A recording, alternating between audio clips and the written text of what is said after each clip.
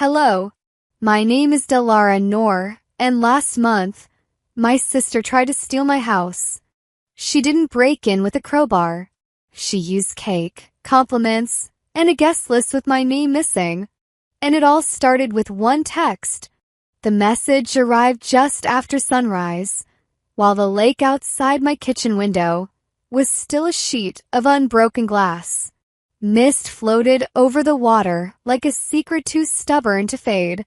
I stood in my robe, stirring oat creamer into my coffee, when my phone buzzed twice against the granite countertop. The name lit up my screen like an old bruise pressed too hard. Valora. Hey, sis, can I use the villa for my birthday? Just one night, I swear. Only a few friends. Promise to leave it spotless. I reread it 3 times. Each time, the same tightening sensation coiled around my chest. Not fear, not anger, something older, quieter, the kind of ache that doesn't announce itself with sharp edges, just settles in like humidity in your lungs. I locked the screen and turned back to the lake. My pulse didn't quicken. I didn't pace. I didn't curse. I just stood there, still as the water outside, waiting for the unease to pass. It didn't, because with Valora, just one night never meant one night. A favor from her was never a transaction. It was a quiet audition, a test to see how much space I was still willing to make, and how much of me I was willing to erase in the process. The coffee tasted flat. I sipped it anyway, standing in the silence of the house I had built with my own 2 hands. Every corner of it bore the mark of my labor.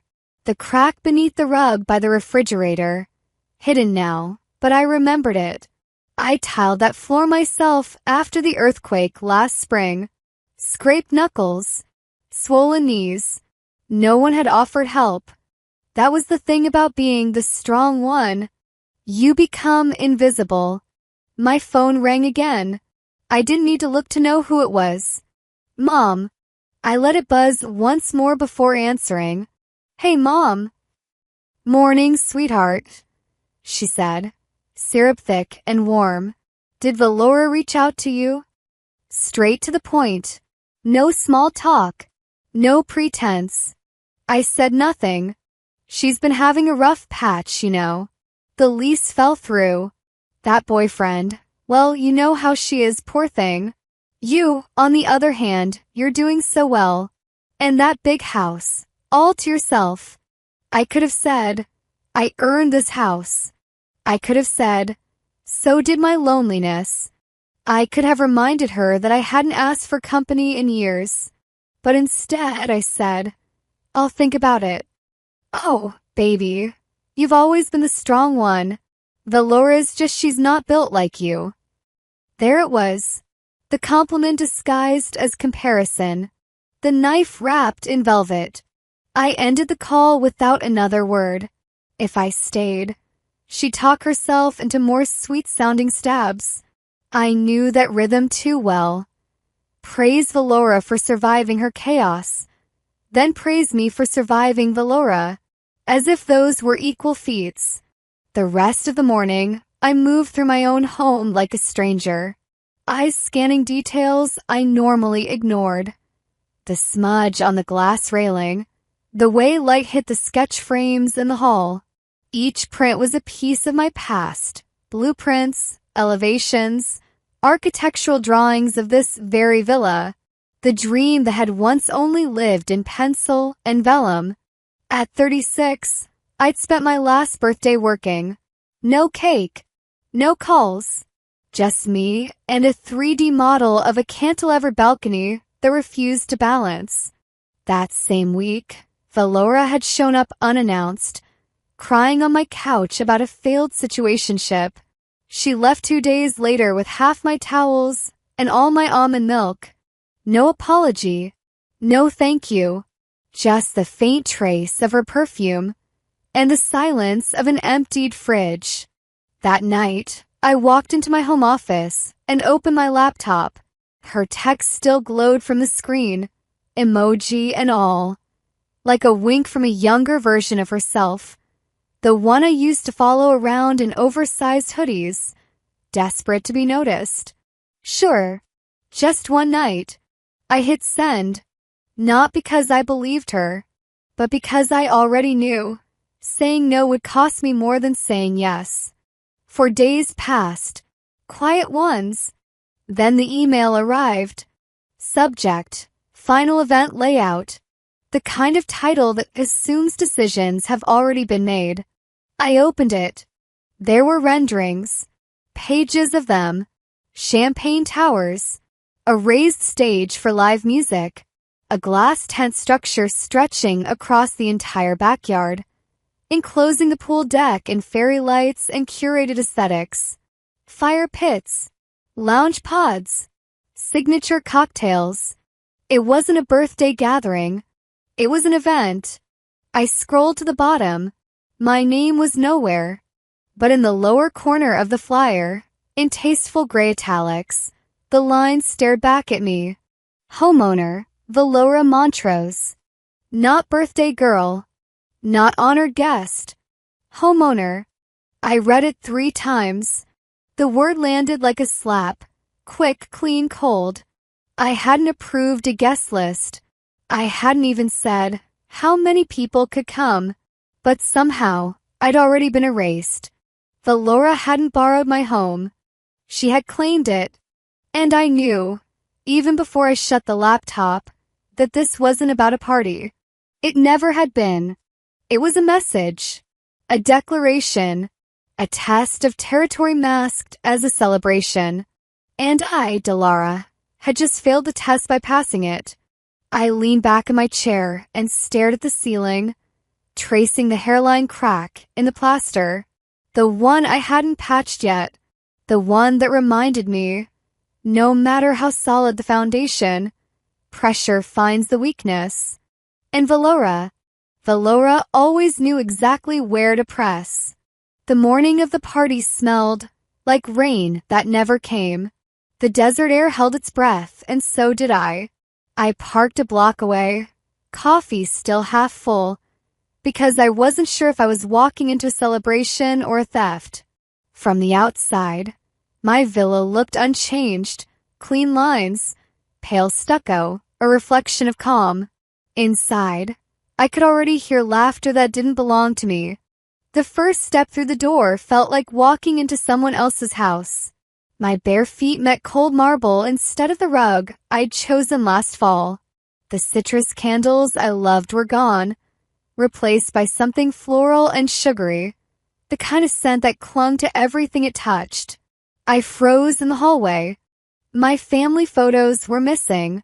Every frame that had once lined the entry table, my graduation, Dad's old fishing trip, even the one of Mom holding us both as kids, gone. In their place, a long gold mirror leaned against the wall, catching my reflection and someone else's laughter behind me. I turned. The living room was unrecognizable. The furniture had been rearranged into lounge-style seating. White and gold balloons hung from the ceiling. A neon sign above the fireplace glowed in cursive, Valora's Night. My embroidered pillows, hours of careful work, had been tossed into a linen closet, now stuffed with catering supplies. The embroidered initials were peeking out like a reminder that I still existed somewhere in the margins. I whispered. It smelled like her. Lavender oil, champagne, that strange mix of chaos and confidence. But mostly, it smelled like the kind of certainty only Valora possessed. The certainty that the world would make room for her, even if she had to push someone out. I walked deeper inside. My grandmother's pottery piece, the blue one from her estate, was gone from the mantel. I'd kept it there since the day I moved in. It was the first thing I unpacked, the last thing I'd ever thought would move. In its place hung a glossy framed photo. Valora in a sequin dress, surrounded by people I didn't recognize. The caption underneath in silver lettering, celebrating Valora Montrose. Life, light, legacy. Legacy. I almost laughed. On the counter sat event leaflets, printed thick and glossy. Not a single mention of me. Not hosted by, not thanks to. Just Valora's private estate. I picked one up, flipped it over. The logo of a local event planner gleamed in the corner. I recognized it. Top tier, expensive. She hadn't even asked to use my space before she signed the contract. The sound of clinking glass made me turn. A young woman, maybe 20, hurried toward me with a clipboard. She looked nervous, like she'd been told not to speak unless spoken to. Ms. Valora wanted the lighting warm during her speech, she said, scanning her list. Will you be standing beside her during the toast? Speech, I asked too softly. Her pen froze mid-check. She didn't tell you? I shook my head. The girl stammered something about checking with the coordinator and rushed off, shoes squeaking against the polished tile that used to be mine. I stood there, trying to remember when I'd agreed to any of this. When I'd gone from homeowner to extra. Maybe it had happened slowly. Every favor, every small surrender, until all that was left of me was the space she filled. I could feel the music start to build in the next room. Guests had begun to arrive early. A wave of perfume and chatter drifted in. I recognized some voices, Mom's cheerful and busy. She's just so generous, Mom was saying, letting Valora use the place for her big day. Letting, as if I'd opened the door with a smile and handed my house over with a bow. A flash of memory came sharp and bright. My 18th birthday. No balloons, no music.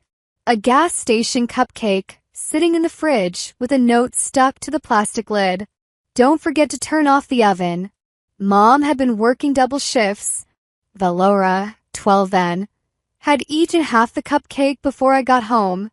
I walked to the kitchen. My hands traced the edge of the countertop I'd designed myself. Every curve and cut had a story. The marble was imported. I'd saved for months. I could almost hear my younger self explaining the vision to the contractor. Simple, timeless, built to last. But now even the air felt borrowed. The event coordinator, a man in a suit too tight at the shoulders, glanced at me. Can you keep the guests out of the kitchen, please? We're prepping for the caterers. I live here, I said quietly. He blinked, confused, then nodded like he didn't believe me. Of course, ma'am. My mistake. I wasn't angry. Not yet. The anger would come later, sharp and clean.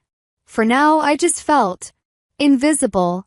I stepped back into the hallway, slipped into my office, the only room that hadn't been invaded yet. My laptop sat on the desk, where I'd left it. The screen glowed faintly with unread emails. I clicked open the original message from Valora. Nothing about a speech. Nothing about catering, photographers, or a stage. Then my eye caught the open browser tab in the corner. A marketing page. Valora Montrose invites you to her estate. My throat tightened. I scrolled down. Photos of my villa, taken from my social media page, rebranded in her name. A notification pinged. Another text from Mom. Be nice today. It's her moment. I stared at the words until they blurred. It wasn't just a party. It was a rehearsal for erasure. Guests began to applaud from the patio, and the sound rippled through the walls like thunder. I closed my laptop, turned off the lights, and leaned against the desk. The room smelled faintly of dust and coffee. Familiar. Still mine for now. I wasn't sure when I'd lost the right to decide who walked through my front door, or who got to call it home. But I knew this much. By the time I walked in, I was already a guest in my own life. The sound of laughter carried through the hallway like perfume. Light, expensive, and suffocating. I stood in the shadow of the pantry doorway, unseen, the way I'd always been in this family. Through the gap in the curtain, I watched people I'd never met sip champagne under my roof. Their glasses caught the warm light that spilled from the fixtures I designed. Every bulb dimmed to perfection for photographs. Valora stood in the center of the crowd, radiant in sequins, her arm hooked through Mom's. They looked like royalty greeting their court. A guest near the fireplace lifted a glass. "Valora, this place is just incredible. Did you design it yourself?" She smiled, that slow, calculated smile that had gotten her out of more trouble than I could count. "You could say it's a manifestation," she said. "Not a lie. Not the truth. Just enough to let everyone assume she'd built something worth admiring." The rug I bought after my first solo contract was gone, rolled up and hidden somewhere. My grandmother's pottery piece, the one she left specifically to me, had vanished. A neon sign now hung over the fireplace, pink and cursive, spelling out Valora's Haven. I felt the words press against my ribs like a bruise. Valora's Haven. I had no haven. I had a mortgage. I stepped deeper into the room, quiet enough not to disturb anyone. The guests moved around me without noticing. The air smelled of expensive perfume and ambition. It smelled like her.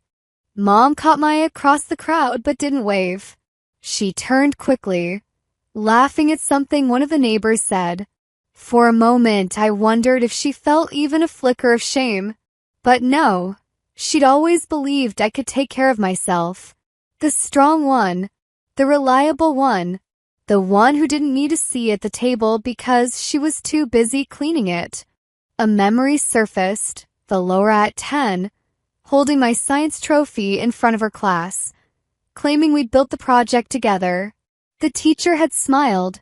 The class had clapped. I hadn't said a word. Back then I told myself it didn't matter. That one day, the truth would stand on its own. That was before I learned how easy it is to rewrite a story when no one fights to keep it straight. I walked toward the kitchen, where the catering staff bustled around trays of appetizers. They wore matching black shirts with silver lettering across the back. Team V. I stared at the words until one of them noticed me. "Oh, sorry, ma'am," he said quickly. "Staff only beyond this point." "I live here," I replied, voice low. He blinked, uncertain. "Of course. My mistake." He turned away, already forgetting me. Every corner of my house carried her fingerprints now. Even the air conditioning had been turned down a few degrees too cold, the way she liked it. The pain didn't come like a stab. It came like wire tightening around my throat. Slowly, precisely, deliberately. A young woman with a headset appeared beside me, her voice brisk and apologetic. "Excuse me, could you move just a little to the left during the photo call? Ms. Valora doesn't want the kitchen visible in the pictures." I stared at her. "I'm not staff." She froze, cheeks flushing. "Oh?" She said everyone standing back here was part of the team. I nodded once and stepped aside. My silence carried more weight than any argument could. I'd spent years shouting into a void that only echoed back responsibility. Tonight, I would let their noise fill the space. I'd reclaim it later, quietly, completely. I made my way down the hall toward my office. The door creaked open just enough to let me slip inside. The desk lamp glowed against stacks of mail, untouched. My chair had been moved slightly off-center, as if someone had sat there. On the seat lay a printed schedule. At the top, in bold letters, Valora Montrose's private estate celebration. The title blurred for a second. My eyes followed the lines of the itinerary: cocktail hour, speech, toast, photo session. I flipped to the last page and saw it there, underlined: Press photo shoot. Caption draft. Boss lady at her dream estate. Boss lady. Dream estate. I let out a short laugh that sounded more like an exhale. My fingertips brushed the paper, feeling the faint impression of ink. I imagine her practicing her pose in front of the mirror, head tilted, smile rehearsed. Outside, I could hear the countdown begin for the toast. 3, 2, 1. Applause burst through the walls again, followed by the click of cameras. I walked to the window, watching through the glass as Valora lifted her glass high, face glowing under the string lights. Her voice rang clear. This place represents everything I've worked for. My pulse didn't spike. My hands didn't shake. I only felt an odd, steady calm, the kind that comes before a storm breaks over dry land. She smiled for the camera, all teeth and triumph. And I smiled too, quietly, slowly, powerfully, for the storm that was coming. When the last car pulled out of the driveway, the silence sank its teeth in. It wasn't just quiet, it was a kind of absence. A hollow. The kind of silence that echoes louder than any voice. The kind that watches, that judges. The villa stood dim and lifeless again, stripped of laughter, perfume, and fake warmth. But it didn't feel like mine. Not yet. Not after what I'd heard. Not after what I'd seen. The floors still gleamed, polished by the caterer's mop. The air held a scent of champagne and dying roses, clashing with the cold, empty stretch of my hallway. I stood there a moment, barefoot on imported stone, staring at the remnants of a night that wasn't mine to begin with. A party. For Valora. A celebration. Of what? Her latest deception? In the kitchen, half-empty glasses still shimmered with flat bubbles. Lipstick-smeared napkins. One heel. Left behind like Cinderella had sprinted out drunk. I poured out the remaining champagne into the sink.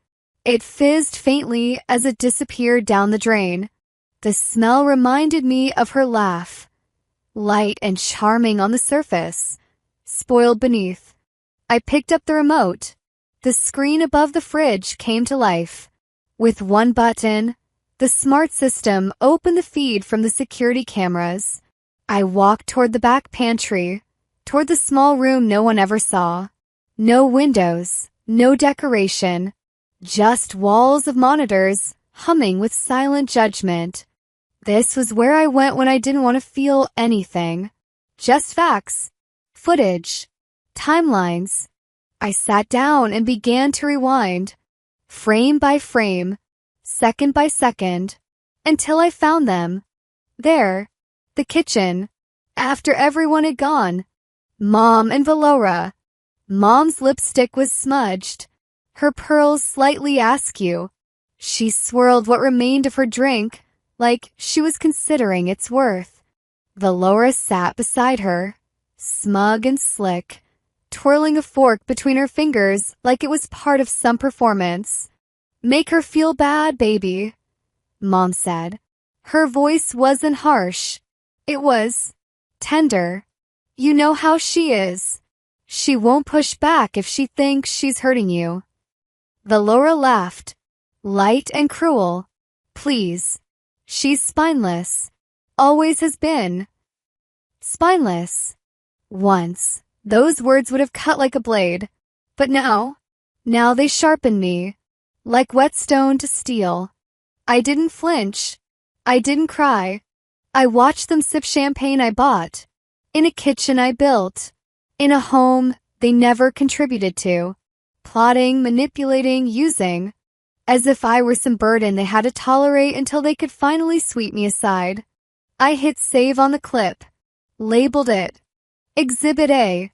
The legal part of me, long buried under loyalty and trauma, woke up, hungry. The monitor flashed again. A notification, mail forwarded from my old P.O. box. I hesitated. then opened it. Inside the digital scan was a legal document, sealed by the county clerk. Shared property intent agreement. I blinked. My name sat beside Valora's, entwined in the kind of elegant font used for wedding invitations and trust funds. I froze, then zoomed in. It wasn't my signature. The loops on the D were too soft. The R curled wrong. The pressure was uneven. But the notary stamp? It was real. Filed. Dated. 2 weeks ago. Valora had done it again. She forged my name. Like she did in high school on permission slips. Like she did in college on my loan applications. Like she always did when she wanted something. And she always wanted everything. I stared at the document. The gall of it. The violation. She wanted to make this house hers. Legally. Not just steal the light out of my birthday candles. She wanted the roof, the walls, the deed. And she thought I wouldn't fight. I pressed my palm to the edge of the desk. Cold. Solid. Mine. I breathed in slowly. Then I moved. I gathered the document. Opened the scanner. My printer came alive, humming like a small engine of war. Each page slid out like a weapon, evidence, not emotion. Flyers with her face on them, claiming charity work she never did. Her real estate listings that used my home as a showpiece. Social media posts that painted me as the generous sister, the one who never said no. I scanned it all. Uploaded backups to 3 separate drives. Sent copies to cloud storage. My pulse slowed with every action. It was methodical. Focused. Not rage, strategy. Then I opened a new email. To Edward, my attorney. Subject line, activate. Timeline confirmed. Evidence attached. Before I hit send, I rewatched the footage again. The way Mom smiled when she said make her feel bad. The way Valora twirled her hair like the scene was written for her. Then I heard Mom's voice again, soft, almost loving. Family handles things quietly, Valora. That's the difference between dignity and drama. I stared at the screen. No, I thought. That's the difference between truth and silence. I hit send. The room felt cooler. The house creaked as it settled. Old bones stretching after too many lies. I shut down the monitors. Locked the doors. One by one. A ritual I never used to bother with. But tonight, everything had changed. In the hallway, the moonlight spilled through the blinds in narrow slices. I watched the light crawl across the floor, then turned toward my bedroom. Something felt wrong. The air was too still, like someone had been there too long, like perfume that overstayed its welcome. Then I smelled it, lavender. I knew it before I saw the note. It was sitting on my bed, folded, crisp, perfect corners, like she'd taken her time. I stared, didn't touch it, not right away, just looked. Then I picked it up. Her handwriting curved across the page in arrogant curls. Thanks for the space, sis. Soon it'll be official anyway. Love you. I didn't move. Didn't breathe. The paper trembled in my hand, the edges going soft from the sweat in my palms. She had been in my room. She had touched my bed, left a note, like it was a game, like she was winning. And she still believed I wouldn't fight back. But this time, the ink didn't stain with shame. It burned. Because this time, I wasn't afraid of being called dramatic. I wasn't afraid of being the problem. This time, I was the problem. And she didn't know yet. But she would. Soon. I left the note on the dresser, untouched. A second chance to read it passed like fog at dawn. Present, then gone. Whatever sympathy or softness I might have found inside those words had long expired. I no longer needed to understand her. I needed her to understand me. The morning was still a rumor. Outside, the sky was a bruised gray, still deciding whether to become day or retreat into darkness again. I made my way downstairs, barefoot. The cold tiles a small punishment I welcomed. The kitchen lights, dimmed from the night before, cast long, eerie shadows across the marble countertops. It felt like a different house, one stripped of warmth and safety. It no longer held the silence of peace. It carried the tension of an ambush. I didn't make coffee, didn't turn on music. I sat at the island, elbows braced on the stone like a soldier waiting in a trench. My mind moved faster than my breath. I rehearsed every word I might say, every look I would give, every line I wouldn't let her cross again. Then came the knock. 3 soft taps. No doorbell. No announcement. No demand. I already knew. I opened the door and there she stood, Corinne, my mother, wearing her usual armor, a cardigan too perfect for the weather, lipstick too soft for the hour, and a smile that carried 1,000 unspoken threats. In her hands, a cake wrapped carefully in a linen towel. She cradled it like a symbol of peace. But I knew better. Peace offerings rarely arrive unarmed. "Morning, sweetheart," she said, the endearment cracking under the weight of everything unsaid. "I thought we could have coffee. Talk things through. You've always been the quiet one. I thought maybe you'd listen better than you speak." Without waiting, she stepped inside, like she still owned the air in my lungs. She moved into the kitchen as if reclaiming territory, set the cake down like a ritual, smoothed the cloth covering it with unnecessary care. A moment passed, then another. Neither of us moved beyond that surface tension, but she was already performing. "You've been distant," she began, turning toward me. "And I get it. You're sensitive. Always have been. But we're family, Delara. We figure things out." I didn't blink. I didn't nod. I didn't play her game.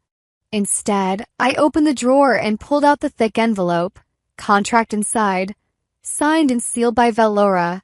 I let it rest in my hand. Heavy. Undeniable. I didn't pass it to her yet. I let it exist in the space between us, like a loaded gun on the table. Corinne's eyes flicked to the envelope, but her smile held. Just barely. "She's never had anything last," she said, like the story was already written. "Every man she's loved has left her. Every job, every apartment. Always a mess. You, on the other hand, you thrive in fire. You always land on your feet. You built this house. You earned your name. You're strong." She paused. "She's not." There it was. The plea, wrapped in manipulation disguised as maternal concern. "She's manipulative," I said quietly, "and she's not new at it." Corinne blinked slowly. Then came the laugh. Dismissive. Light. The kind meant to shrink my conviction into something childish. "Oh, come on. She's your sister." I set the envelope down, turned it around so she could see the signatures, the dates, the terms. One night, 100 people max. No structural changes. No branding. No media coverage. You were here when she signed it. Right there by the stove. You even poured the wine. Corinne's gaze never dropped to the paper. It stayed on me, studying, calculating. "You're not seriously thinking of taking this to court," she said. Her voice had changed, lower, deliberate. "Why not?" I asked. "Because we don't do that. We don't drag family through legal hell. That's shameful, Delara. That's not who we are." "Then stop treating me like I'm not part of this family." She flinched. Barely. But I saw it. I stood up, and tapped the mounted screen by the pantry. The home security system blinked to life. I pulled up the kitchen footage from that night. We watched the moment Valora laughed as she signed the contract, watched her lift her glass, watched Corinne clap her hands and say, "This is going to be perfect, just perfect." Then I hit record. The footage clipped and saved. "You're not actually saving that," she said. I said nothing, just looked at her. "You're going to ruin her," she hissed. "And for what? Pride? A few clauses in contract?" "No," I replied, voice level. "For boundaries. And for the first time in this family, truth." I forwarded the clip to Edward with a message. She attempted to override a signed agreement under pressure. Store for legal reference. Corinne's face hardened. Her arms crossed. Her eyes narrowed to steel slits. "You're choosing paper over blood." "I'm choosing peace over pretense." The space between us was silent for several long seconds. No breathing, no blinking, just understanding, sharp and final. She turned without another word and walked out. Not even a glance over her shoulder. The door closed softly behind her. The cake remained on the counter, still wrapped, untouched. I didn't unwrap it. I didn't throw it away. I left it there, untouched like an old life finally laid bare, because some gifts come with strings, and I wasn't pulling on any more strings that looped back around my throat. I stood there for a long while, watching the daylight grow stronger through the glass. It warmed the cabinets, painted soft light onto the floor, but I didn't feel it. I was no longer the daughter who bent to keep the peace.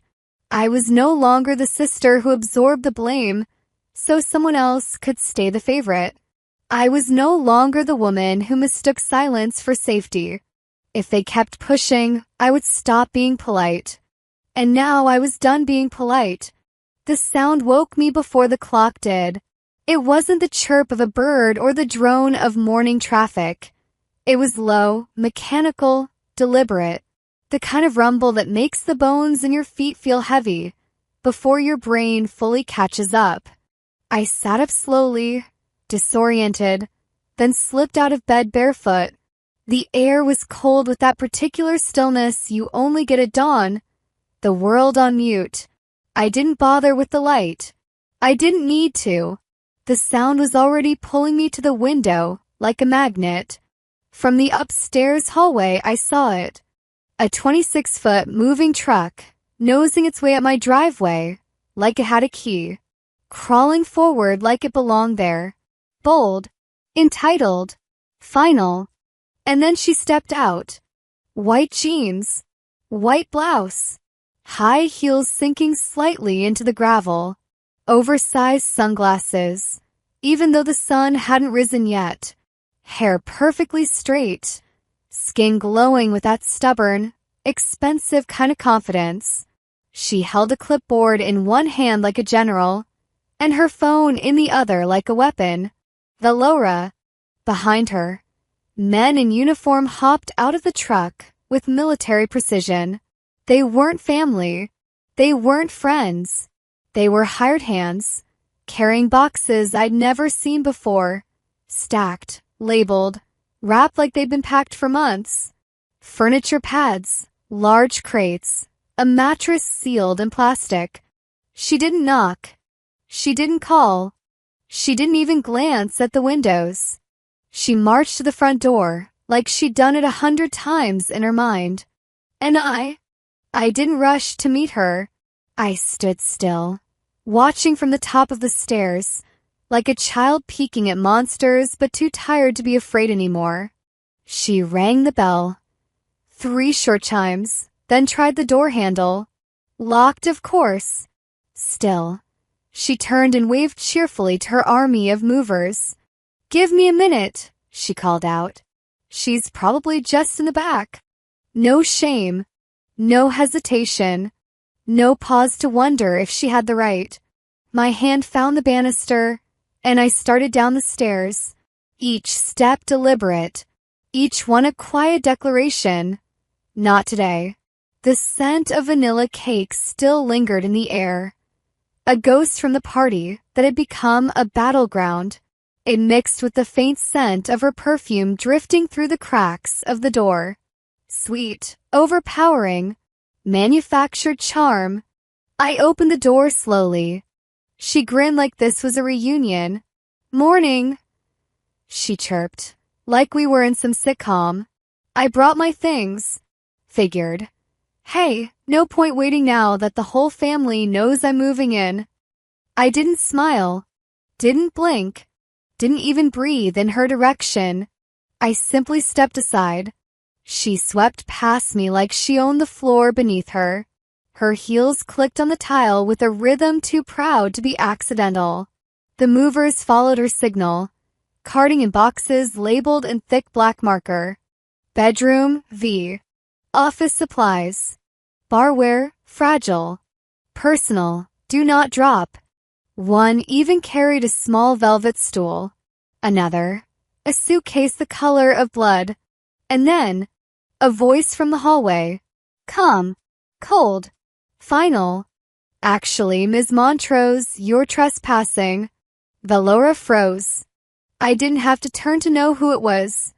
Edward stepped out from the guest bedroom, crisp in a navy suit, a thick folder in his hand. His tie wasn't just straight. It looked like it had never known anything but perfect symmetry.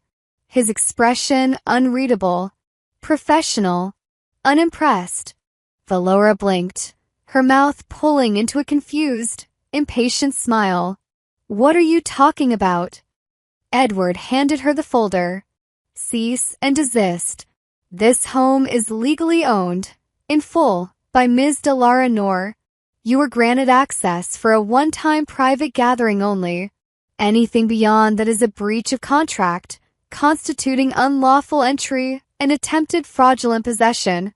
She didn't take the folder. She just stared at it like it was written in another language. You can't be serious. I am, Edward replied smoothly. And so is the court, if we must escalate. Her bravado cracked slightly. You're suing me? No, I said, my voice even. I'm protecting what's mine. Her eyes narrowed, and the mask started to fall. But Mom said. I raised a hand, stopping her mid-sentence. Mom doesn't own this house. Neither do you. The movers had paused, mid-hall, clearly waiting for a cue. One whispered something. Another nodded. They started moving the boxes back toward the truck. Valora spun, fury blooming on her face. No, nobody goes anywhere. Keep unloading. Edward didn't flinch. He pulled out his phone, tapped a few times, then looked up. The email went out 10 minutes ago. Subject line. This villa has only one owner. Her breath caught. Edward continued, unfazed. The guests from your party have received screenshots of the event contract you signed, a copy of the property deed, and a short video clip of you telling staff, and I quote, "It'll be mine anyway." Her cheeks flushed red, not from embarrassment, but rage. You can't just humiliate me like this. You did that yourself, I said. My voice wasn't loud, but it landed like a gavel. And then, as if summoned by drama itself, another engine pulled into the driveway. Corinne. She stepped out of the car slowly, cautiously, like she already knew something had gone wrong. She walked toward the house, heels soft on the gravel, hand clutching her bag tighter than usual. When the front door opened again, the temperature in the room shifted. Valora whirled to her, like a child desperate for backup. Say something, Mom. Tell her she's being cruel. Corinne stood just inside the threshold. Her eyes moved from me to Edward, then to Valora, and finally to the half-returned boxes still in the hallway. Her lips parted, but no sound came out. She didn't defend her. She didn't blame me. She didn't move to stop anything. She just stood there. In that moment, the silence between mother and daughter was louder than any slap, any scream, any storm. Valora's mouth opened again, but whatever argument she was building cracked in her throat and died. For the first time, maybe ever, she looked small. Not humbled, not sorry, just caught. "I'll call the rest of the crew," Edward said, turning back into the hallway. The movers wordlessly resumed packing her things. Valora turned back to me one last time, eyes full of betrayal, as if I had ripped something from her hands. But I hadn't taken anything. I had simply refused to surrender. She stormed out, her heels clacking with indignation. The door slammed. The silence lingered. Corinne stood still for a while longer. Then finally, quietly, she said, "You didn't have to do it like this." "I did," I said. She nodded, more to herself than to me. Then she walked to the window, watching her youngest daughter be escorted off the property by her own delusion. I walked upstairs without another word. When I reached the top landing, I turned once more to look down at the empty foyer. This house was mine, and now everyone finally knew it. The next week passed in fragments, court filings, email exchanges, sleepless nights spent listening to the sound of the refrigerator hum. Edward called every morning with updates, his voice calm, detached, efficient. "They'll set the hearing for Tuesday," he said. "Bring everything we discussed." Tuesday came. The courthouse smelled of paper and disinfectant, that sterile scent that tries too hard to mask judgment. I sat in the hallway outside courtroom 3, a folder of evidence balanced on my lap. Valora paced the corridor like a caged performer, heels clicking against the tile, phone pressed to her ear. She wore a navy pantsuit and a shade of lipstick that screamed control. She looked like she belonged in a magazine spread titled "Women Who Win." But you don't fix fraud with fashion. She glanced at me once, eyes full of venom disguised as pity. "You really want to do this in public?" she asked, loud enough for people to hear. "I didn't make it public," I said. "You did that when you invited half of Scottsdale to my house." Her jaw tightened. She turned away.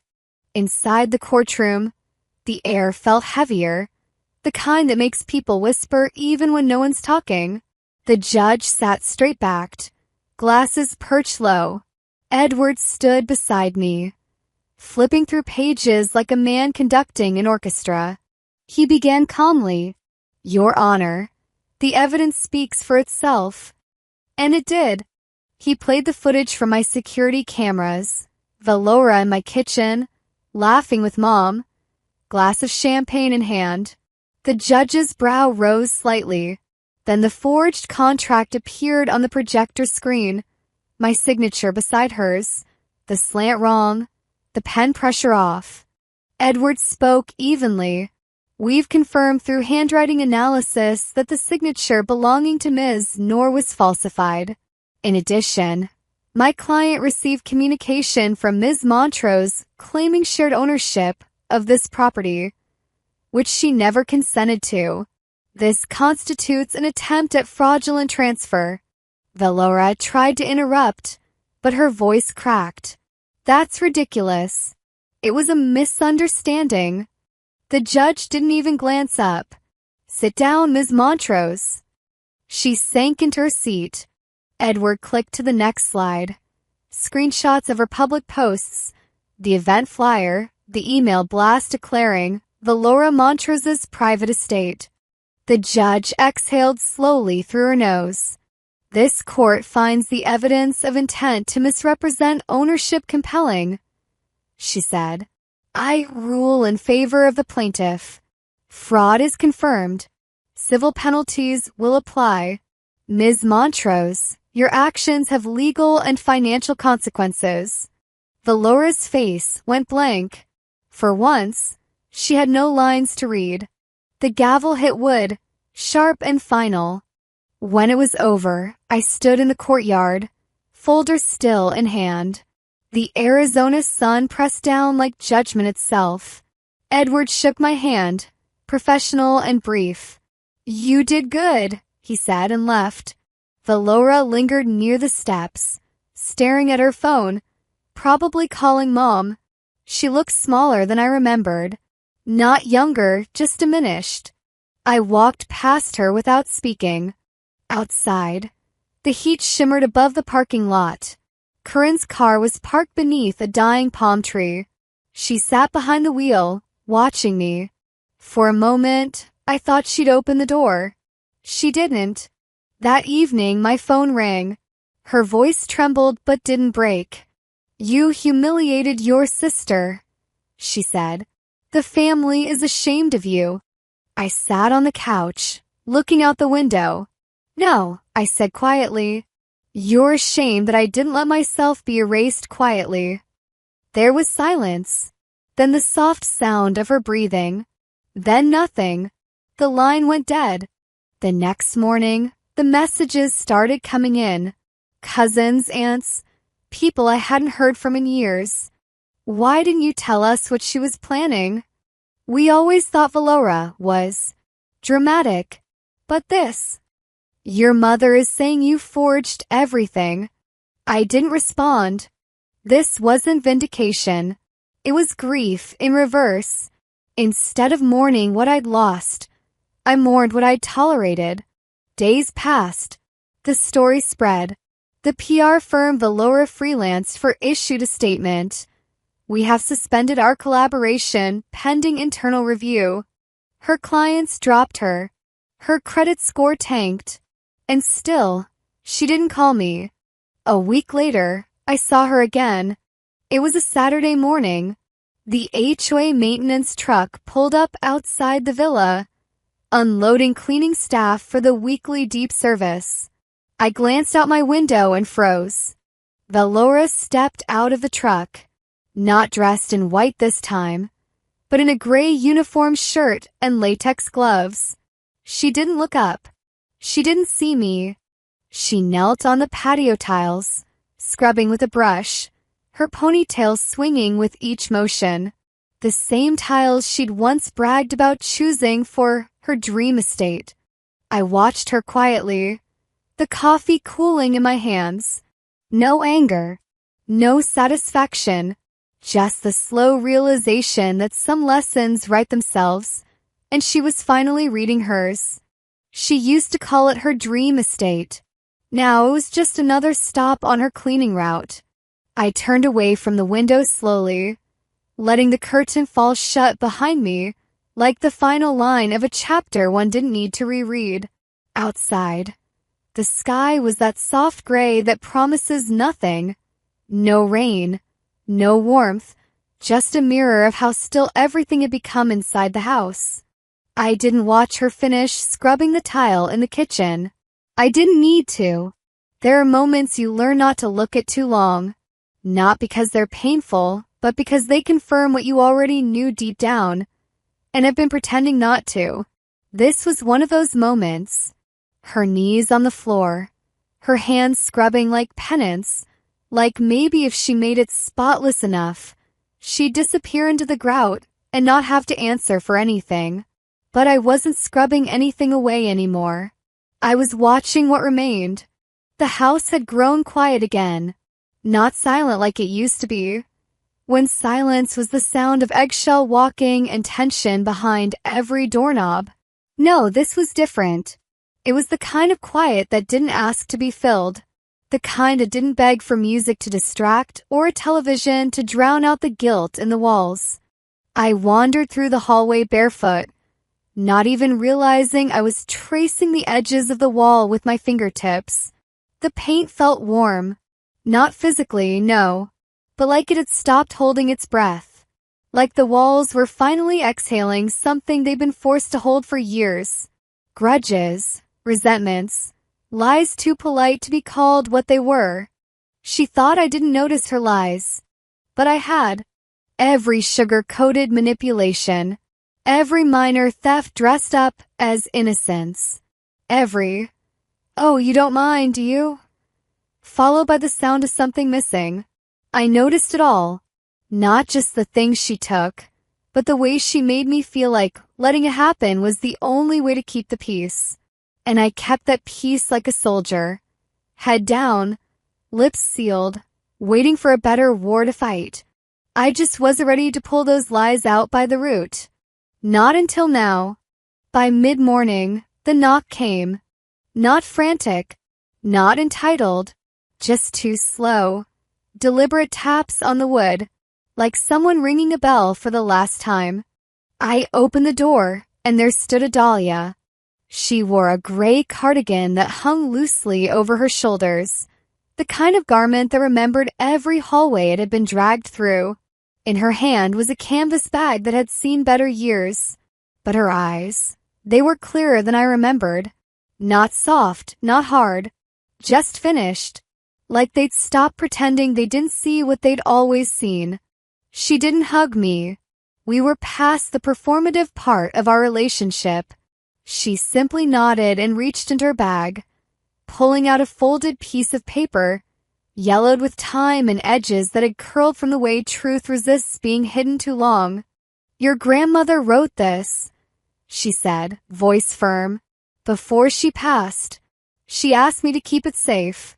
Said she didn't trust how the others would spin things." My fingers shook as I took it. Some part of me didn't believe it was real.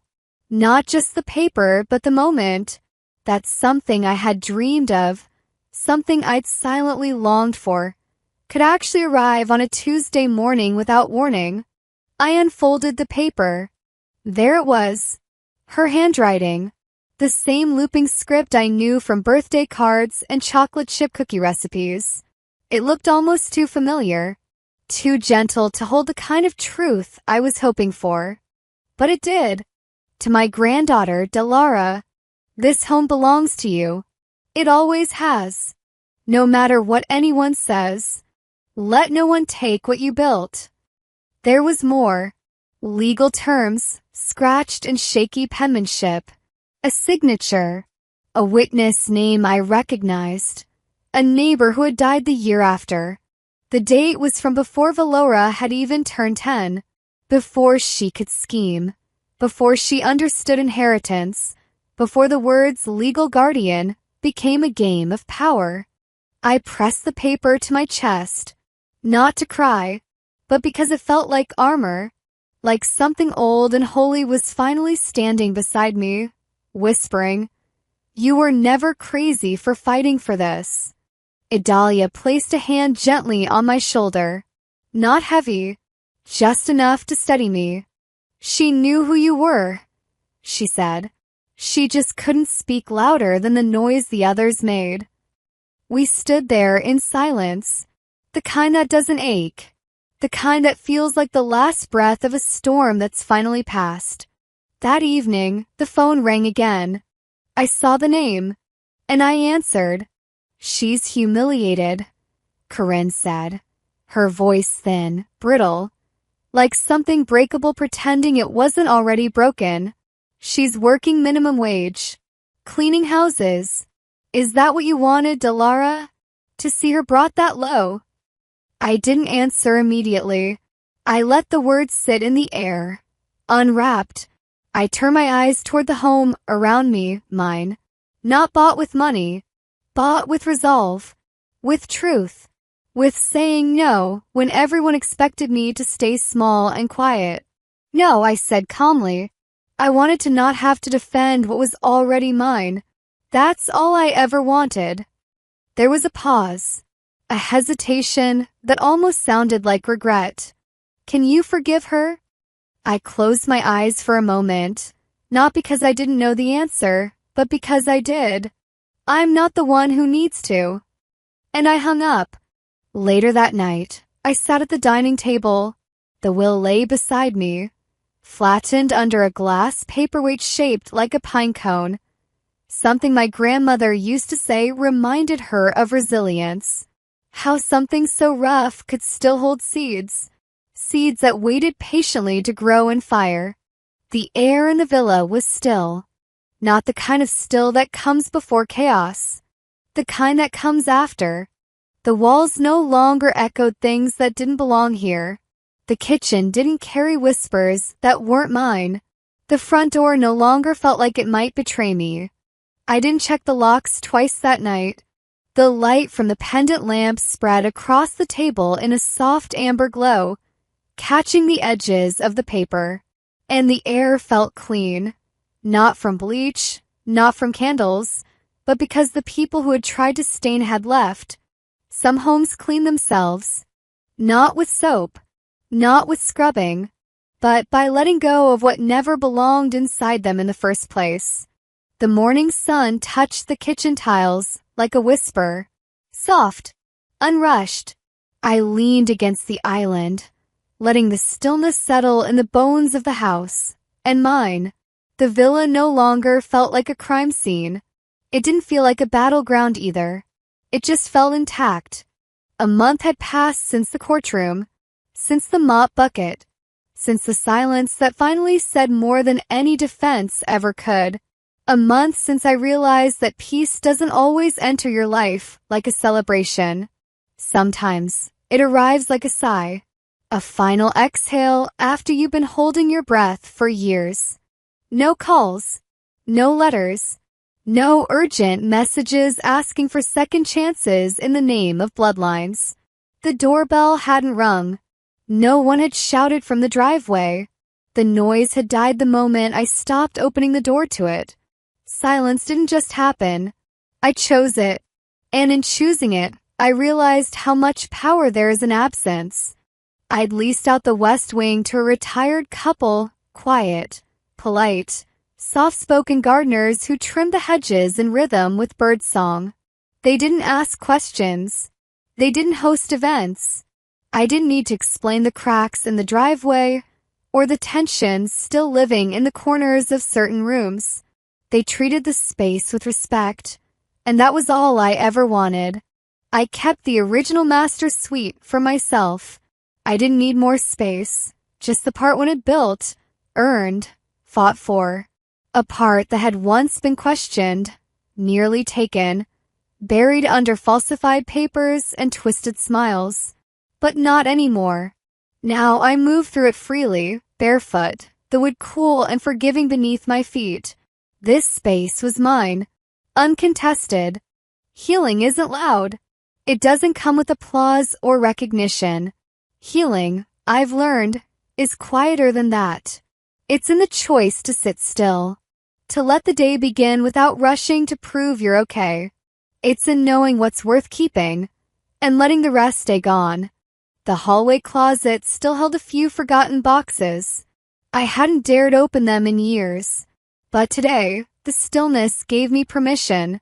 I opened it slowly. Dust clung to the cardboard like a memory, reluctant to fade. I pulled out the one labeled Blueprints Originals. Taped to the inside flap was a photograph I hadn't seen in a decade. Me, standing outside the villa the day construction finished. Ponytail frizzed from heat, a rolled blueprint in one hand, sweat staining the collar of a shirt I no longer owned. I looked exhausted, raw, real.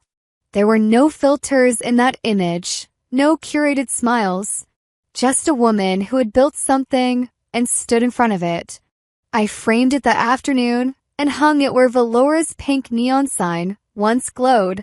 The sign had been a symbol of possession, of assertion, a demand for attention that never once felt earned. I took it down not in rage, but in relief. It wasn't mine to carry anymore. That photograph, though that was a version of me that didn't need to scream to be seen.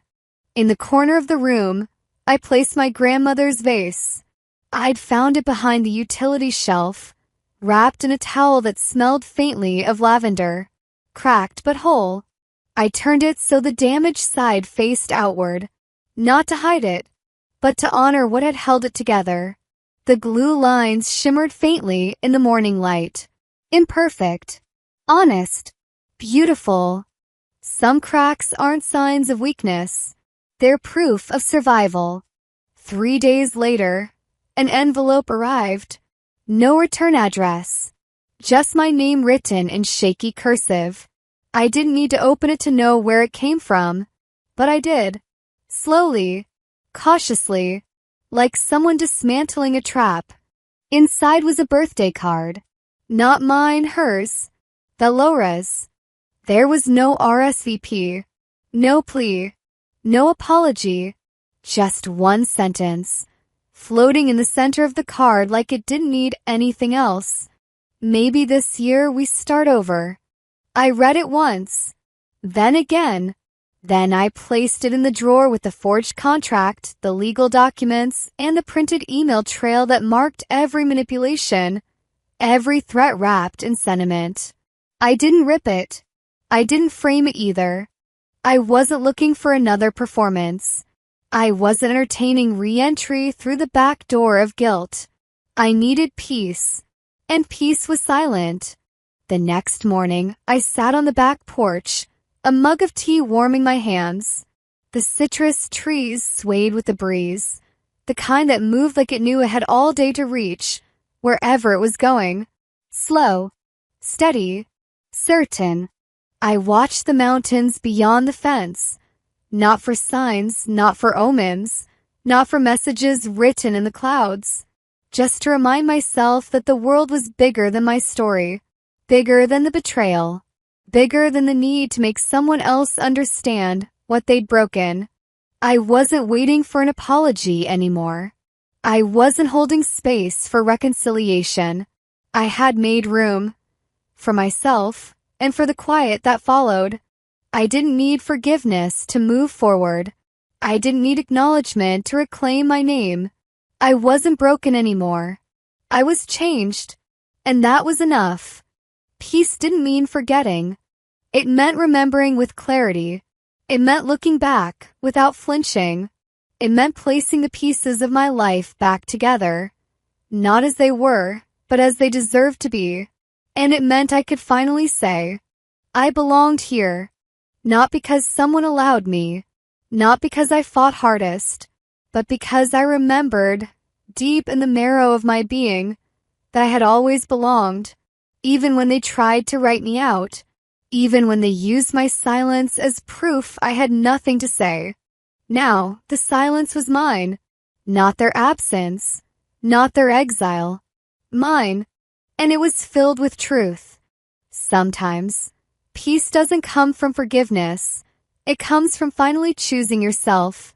Have you ever had to defend what was already yours just to be believed?